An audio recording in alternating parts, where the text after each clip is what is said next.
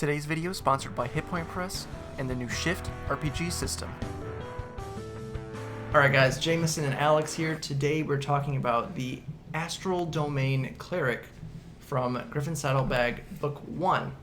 So if you're new to the channel or the series, what we're going to do is go through all the abilities gained in the subclass. We're going to rate the roleplay, combat, and synergy based on how the abilities gained in the subclass improve on the base class abilities. Yep. Don't forget to like, comment, and subscribe to be entered in our D&D Beyond bundle giveaway. Free stuff! All that being said, let's get right into it. First of all, we know how this is going to go. It's going to upset my guy to my left, because clerics get free spells, warlocks do not. It's a problem. We know this. We're getting Guiding Bolt, Long Strider, Blur, Invisibility, Blink, Slow, Banishment, Dimension Door, Teleportation Circle, and Wall of Force. Notice a lot of, movement stuff and portals and things. That's going to be a theme. Yes, absolutely. We're also getting a bonus cantrip of Guidance if you don't already know it. It's a great cantrip. I really wish it said if you already learned this cantrip, pick a different one, but it also is level 1, so if you're going to pick this, you're going to know you're going to pick this, you'll pick a different cantrip so you don't double dip with that. Good thing about clerics getting their this ability at level 1, you see that, it's going to happen.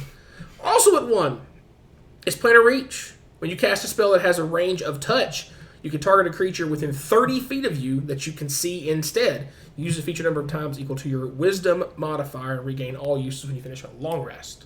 Level 2, we get some Channel Divinity options. We get Create Void. Use your Channel Divinity to create a brief tear in the planar fabric that leads to the astral plane. As a bonus action, you can point your finger at a point you can see within 60 feet to create a planar tear. The tear is minuscule, but creates a powerful vacuum that forces each creature within 15 feet of the point to make a dexterity saving throw. On a failed save, the creature takes force damage equal to 2d10 plus half your cleric level and is pulled up to 15 feet toward the point. On a success, creature takes half damage and is not pulled. The tear vanishes immediately after drawing in any nearby creatures. So a little bit battlefield control. Yes. Then at level 6, we get another Channel Divinity option, which is Spatial Exchange. You can use your Channel Divinity to distort the fabric of reality. As an action, you teleport up to 30 feet away to an unoccupied space you can see.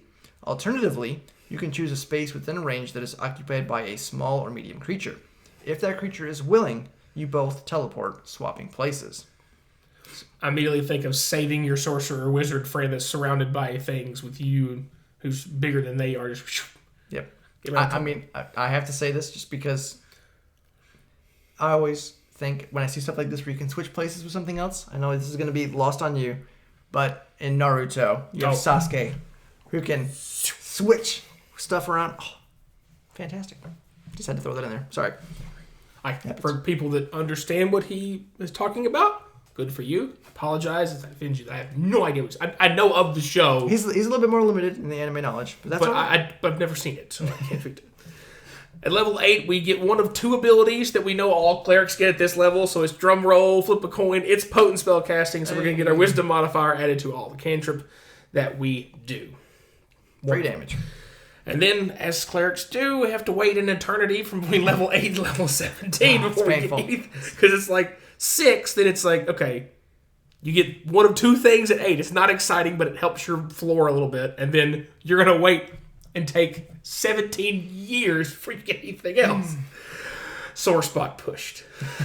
Knife twisted. Pushed. Yeah, Alex's sore spot. Yeah, that's my sore spot. As someone who plays cleric. Capstone. Supreme switching. With your ability and that lets you do the spatial exchange with Channel Divinity option. Now lets you target a hostile creature with your spatial exchange feature. When you do that, that creature must make a charisma saving throw. Solid. That is wonderful. Love it. Against your spell save DC. And on a failure, it switches places with you. On a success, neither you nor the creature are moved by your Channel Divinity. In addition, your comfort slipping through planes allows you to do more while you move between them. Whenever you successfully swap places with another creature using your spatial feature, you can cast a spell, a 5th level or lower with a range of touch, as part of that action. The spell must have a casting time of 1 action, and you must target the creature you're switching places with. The spell completes as you and the other creature switch places. Almost like you're meeting through space. It's like, because it says, this seems to be the hostile thing. You swap places with an ally, you can heal them on the way by, just whoever you're switching with. Switching with an ally, you can heal them. You can buff them even. Sure. You know. Or you come by and it's a non-ally, you're like inflict wounds. Ouch. You know? Get them. So that is the entire list of abilities gained in the subclass. Moving over to the rating portion of the video, starting with our roleplay. Asterisk as always. Don't even look over here. That's as far as I'm going to get. We're talking about interacting with the world around you, interacting with NPCs, non-combat scenarios, avoiding combat, basically things outside of the initiative order. Not talking about your class fantasy, history, lore, background. That's on you as a player. We can't rate you, but we can rate the abilities gained in the subclass, how they might improve your potential in those role play scenarios. I got like a 70%. One of these days, we're going to swap places. I'll sit over there, you sit over here, and we'll both do each other's parts. All right. That being said, I'm going to have to grow hair first to do that. It's not going to go. RP. Yes. You get some solid RP spell options, some nice choices for sure with, Long Strider, okay, sure. Blur, Invisibility, Blink, Banishment, a little bit more on the niche side. We're getting places now. Dimension Door, Teleportation Circle. Yes. All right, Wall of Force, sure, why Yes. not? Sometimes might come into play. You also get Guidance, which is probably one of the best RP cantrips you can get, so it's nice and up there. Pretty much. For sure.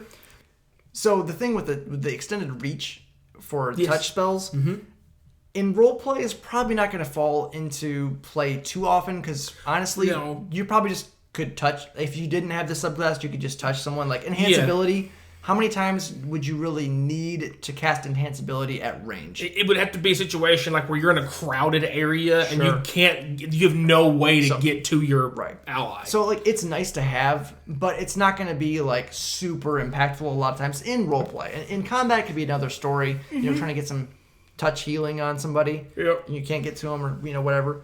That's a little bit more useful. But in roleplay, it's kind of hit or miss with that. The other thing is, the CD Channel Divinity with teleporting and swapping has some great potential. If you have maybe like an easy way to get up to a spot, or a rogue can get up to a spot and you switch places with them so you can get up there because you're like maybe not the most agile person in the world, it can give you some nice ways to get into and out of situations. Maybe even swap with people that are unwilling later on for some shenanigans and chaos, which can always be weird things that can be done with that. Yep. So definitely some potential with that. But a lot of these options that you get do fall and lean a lot more on the niche side of things. Yeah. So we went with a 3.5 out of 5 on here. Some decent options, but again, pretty niche. Combat side of things kind of holds to the same vein a little bit there. I do like the spell list as a whole.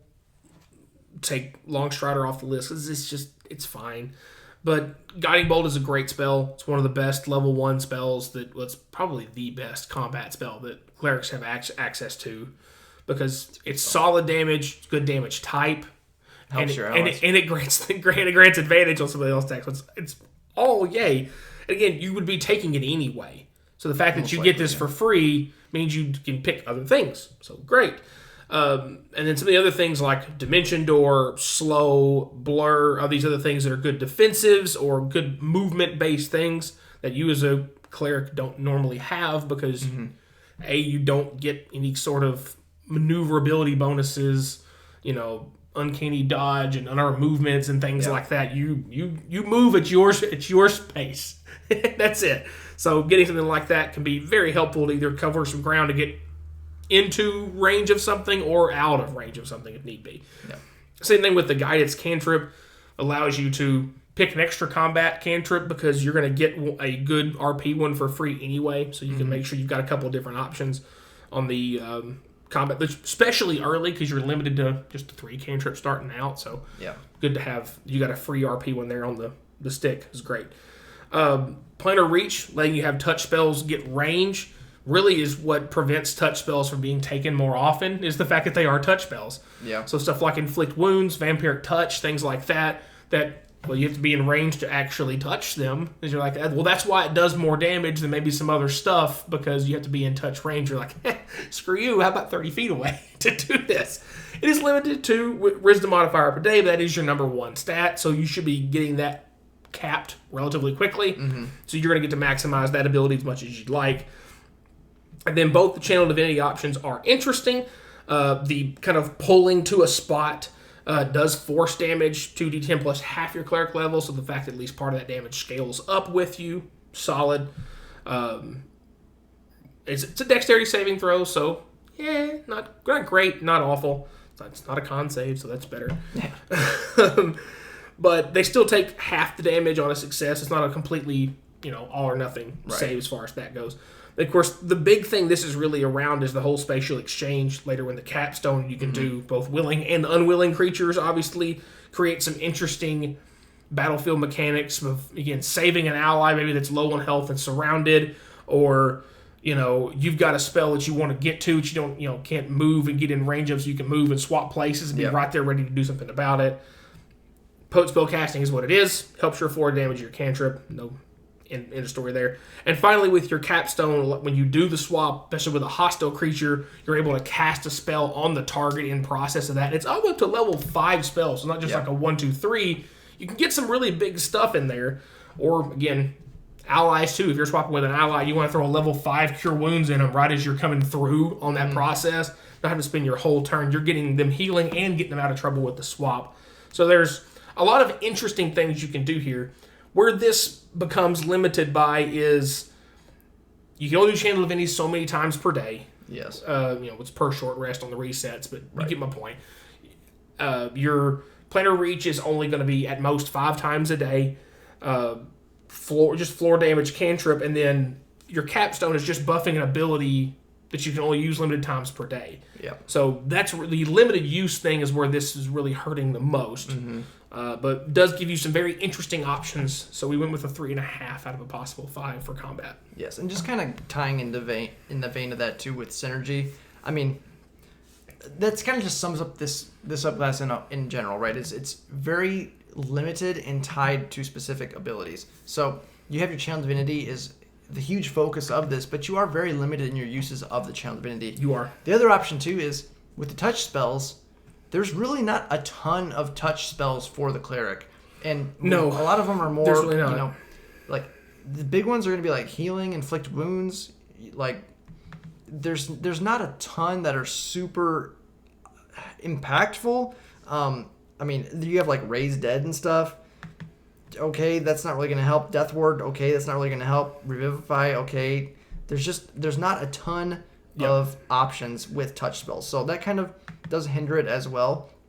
Again, too, I think like Cure Wounds and Inflict Wounds are probably going to be your go-to, and you just upcast them, which kind of feels a little weird to me, honestly, when you're upcasting those kind of spells. I mean, there is Contagion. That's, has its use to it, but that's more of like a utility spell than it is like it doesn't do any damage, right? So it's just for the extra effects. So if you're swapping places with a creature and you hit him with Contagion, I mean, hey, if you want to give somebody, blinded or whatever, you swap places with them and now they don't know where they are because they're blinded. I mean, that can be pretty baller. It can be done. I mean, there's some cool shenanigans with that, but other than that, I mean, with the touch being very limited and the limited uses of Channel Divinity, it's just the concept is really cool with the swapping and stuff, but you can only do it so few times that it's a little disappointing for me. It is very cool and effective when it does work, however. So we went with a 3.5 out of 5 as well. So all the way across the board. Flat across the board. Very interesting option, I think, more than anything. Uniqueness and intrigue, very high. Again, the level of reliability to do this what it does often enough, or to be either, if things are going to be limited, it has to be really potent. Yeah. A la Clockwork Soul Sorcerer. Like, sure, super limited use, but sweet mercy when it decides to make something happen, it's bonkers. Yeah. So that can be interesting, and that can be a thing, because if you can completely turn the tide of battle with one ability, but only do it once a day, you're like, okay. No, it's like, but that's kind of the hard line to walk, and that's the hardest thing to do when you're making your own stuff is finding that line. Right. Because it is a really cool concept to be able to swap with, other players and stuff, but having it be so limited it's like once you use your Channel Divinities, you don't really have much of a subclass at all with this. No. It's like you're turned off, like 3 of your abilities are just off. Yep. So, again, really cool subclass, unique, but maybe a little inconsistent, I would say. Yep. But yeah, that's going to be it for today, guys. If you enjoyed the video, don't forget to like, subscribe, hit the bell notification so you know when all of our new videos are coming out. Check out our sponsors and link down below. Yes. And as always, thanks for watching. Shift is a brand new RPG system in development that lets you play in any world you can imagine and allows players and GMs to create their own custom rules with ease. Every aspect of Shift is powered by traits with an associated Shift die. As characters use their traits to interact with the world around them, the traits die will change, shifting to better or worse dice as the narrative unfolds. Every die roll in Shift risks your dice shifting, which keeps the action exciting and dynamic. Check it out today at hitpointpress.com/shift.